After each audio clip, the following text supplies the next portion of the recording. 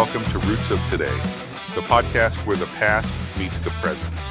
With every episode, we journey through time, uncovering the lessons, parallels, and connections between historical milestones and current events to create a deeper understanding of the compelling stories and issues that shape the news. Next year marks the 250th anniversary of Declaration of Independence, when the Continental Congress of the United British Colonies in North America had the audacity to do the unthinkable, declare their independence from the British Crown and announce to the world the birth of a new nation. To properly celebrate that world-changing event, the Roots of Today podcast is going to feature a continuing special series of episodes that mark some of the events from that era, until we reach the 250th anniversary celebration. So what was going on in October 1775, you might ask? This is Alan, reminding you to grab your coffee, tea, or whatever beverage you prefer, and sit back as we jump back 250 years in time.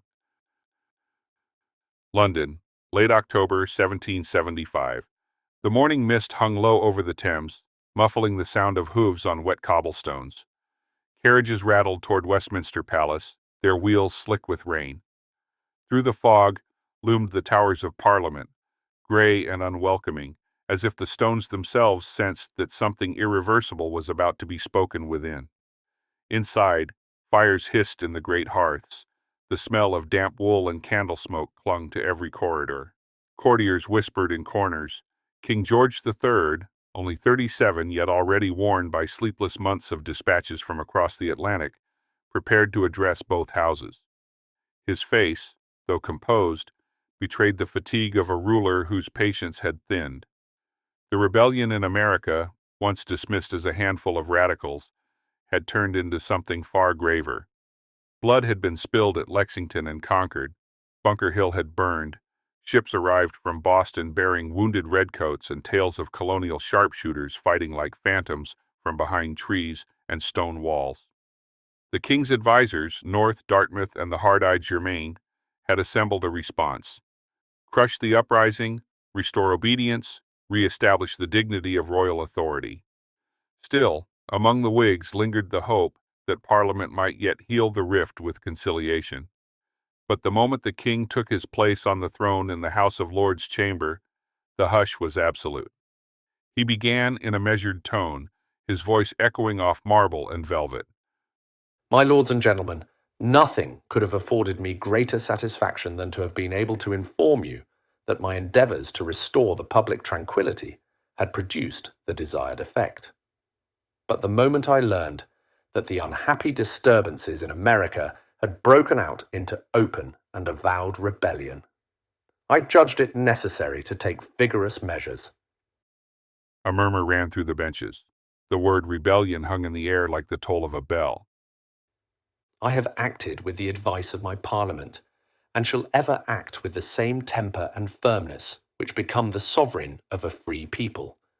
I have ordered my officers to use every means in their power to suppress this rebellion and bring the authors and abettors of this desperate conspiracy to justice.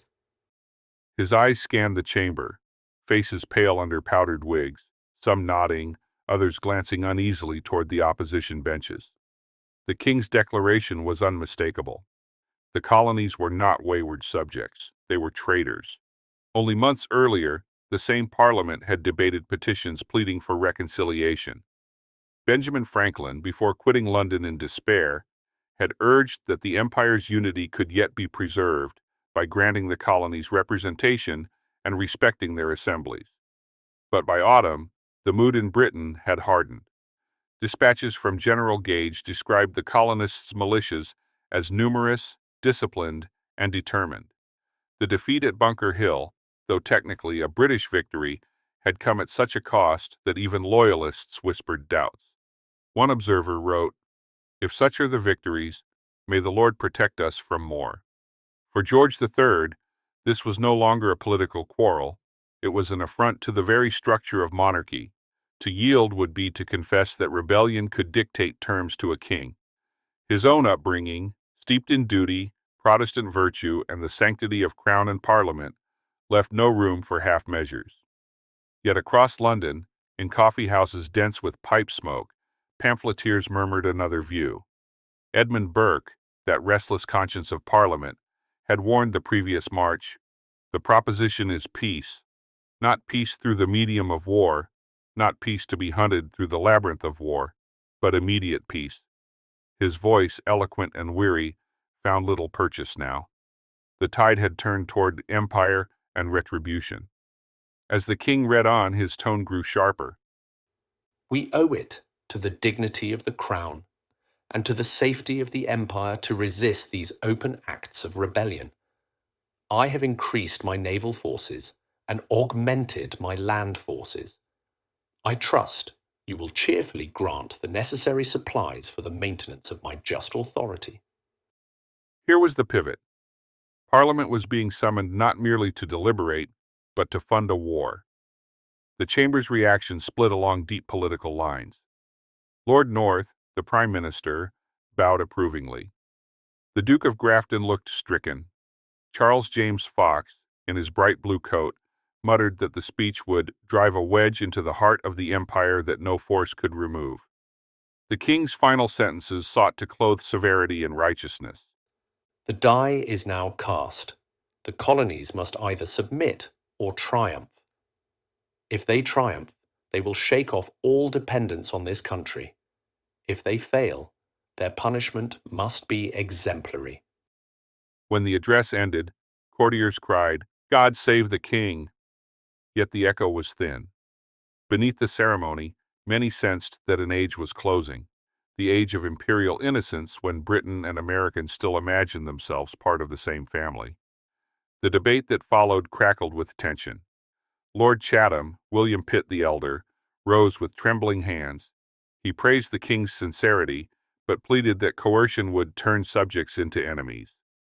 The Duke of Richmond declared the speech bloody, despotic, and full of menace. But others exulted. Lord Sandwich, flushed and indignant, denounced the insolent pretensions of Massachusetts. "If we relent now," he shouted, "we deliver the empire into the hands of mechanics and blacksmiths." In the galleries, the public watched the spectacle as if it were theater. Letters flew across London that evening. One diarist noted, "The king spoke as a man resolved. The ministers are full of confidence, yet I saw unease even among them, for the colonies are not France or Spain. They are our own blood." Weeks later, a packet ship called the Lord Hyde left Portsmouth carrying printed copies of the speech. It would be December before they reached American shores. The voyage was rough, the crew ill with scurvy, and the ink on some pages ran from seawater. But when the words landed in New York and Philadelphia, they spread like wildfire. In Boston, still under siege by Continental troops, Loyalist printers dared not publish it openly. But in Philadelphia, the Pennsylvania Evening Post summarized the message. "His Majesty declares all in arms traitors to the crown." John Adams read the report in silence, then turned to his cousin Samuel. "Reconciliation," he said, "has become a ghost." In his diary he wrote, "We are to look for no further consideration from Britain. The sword is drawn, and we must throw away the scabbard." Benjamin Franklin, who had returned to America only months earlier after years in London, reacted with bitter clarity. "They have declared us rebels," he said to a friend in Philadelphia. "If they call us so, let us deserve the name." In taverns from Virginia to New Hampshire, the king's words were read aloud by candlelight. Farmers and merchants who once toasted the crown now clenched their fists. One witness recalled a crowd in Williamsburg tearing down the royal arms from the courthouse wall and burning them in the street. Back in London, after the formalities, George III retired to his private apartments at St. James's Palace. The fire crackled. He sat with his papers, his uniform exchanged for a simple brown coat. His mind, disciplined and methodical, replayed the arguments of the day. To him, the colonies were still his subjects, misled, seduced by demagogues, but redeemable through firm correction. He wrote that night to Lord North. I am unalterably determined to bring the Americans to obedience. Compassion may follow submission, but it cannot precede it. Outside, the rain drummed on the windows. The city slept uneasily, its lights mirrored in the muddy river below. By the time the King's Declaration reached the Continental Congress in Philadelphia in early 1776, delegates were already debating the creation of a continental navy and the issuance of paper money to sustain the war. Yet even then, some clung to the hope of reconciliation. John Dickinson urged another petition to the Crown. Then came the text of the speech. Thomas Jefferson, reading it in the Assembly Hall, remarked to a fellow Virginian, "It is an answer before the question was asked." The Olive Branch petition, carried across the sea months earlier, had not even been read by the king before he issued his denunciation. The Congress received confirmation soon after. The king had not only refused the petition but had proclaimed them all traitors. Silence filled the room. The last bridge had burned. In London, Edmund Burke rose once more in Parliament to lament the course of events. "What we are now doing," he said, "is to cut away not the branch but the trunk of our empire." His words were prophetic, but they fell on deaf ears. The machinery of war was already turning. Contracts for Hessian troops, new levies for the navy, orders for powder and shot. Across the ocean, colonial newspapers reprinted Burke's plea alongside the king's proclamation, contrasting their tones, one mourning, the other imperious.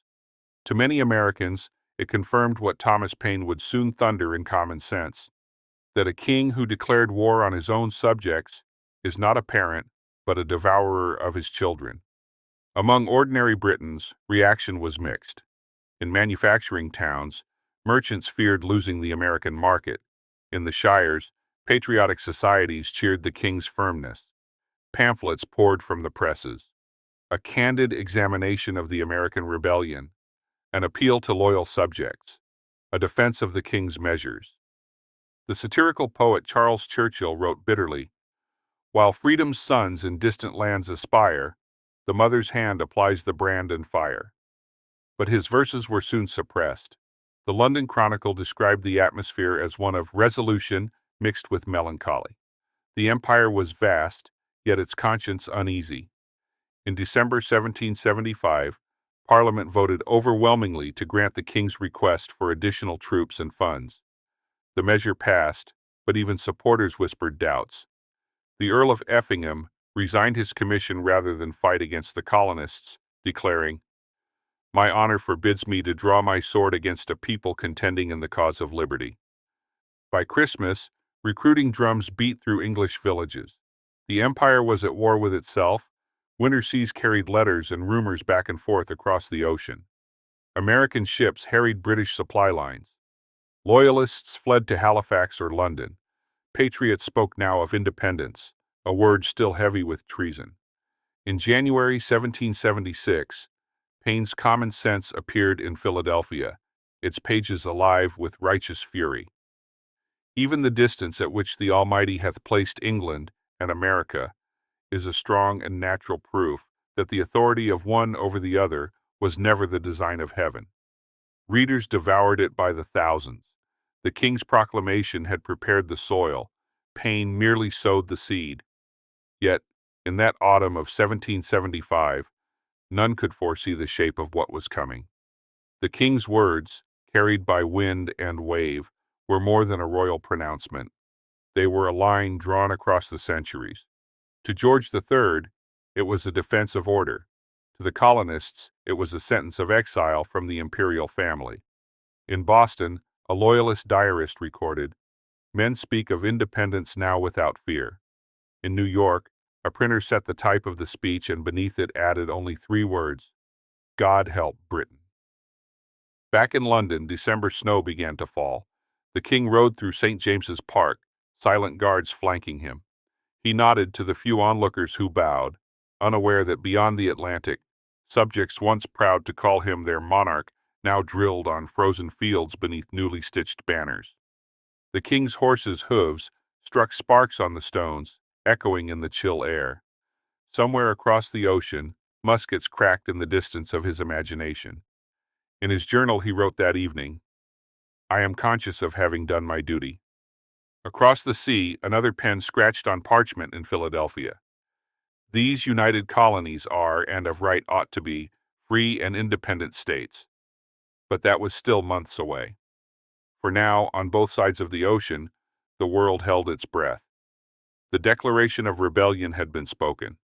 The empire had declared war upon its own heart. That concludes this week's episode.